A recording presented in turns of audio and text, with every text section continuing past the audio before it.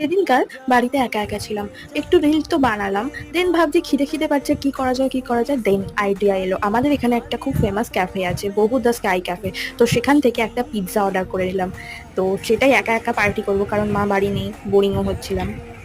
তো আমি আজকে অর্ডার করেছি বোহো ক্যাফে থেকে, যেটা আমাদের গড়িয়াতেই আছে। বারবিকিউটা না না, চিকেন টিক্কা পিৎজা। আমি আগেও খেয়েছি ওখানে চিকেন টিক্কা পিৎজা, আমার খুব ভালো লেগেছে, ওই জন্যই অর্ডার করলাম।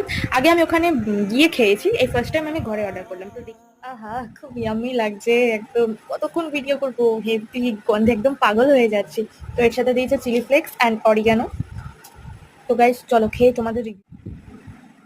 তোমাদের সাথে রিভিউটা শেয়ার করা। আমি তো সন্ধ্যেবেলা করলাম পিৎজা পার্টি, এটাই আমার ডিনার হয়ে যাবে, কারণ আমি আর রাতে ভাত খেতে পারবো না এরপরে।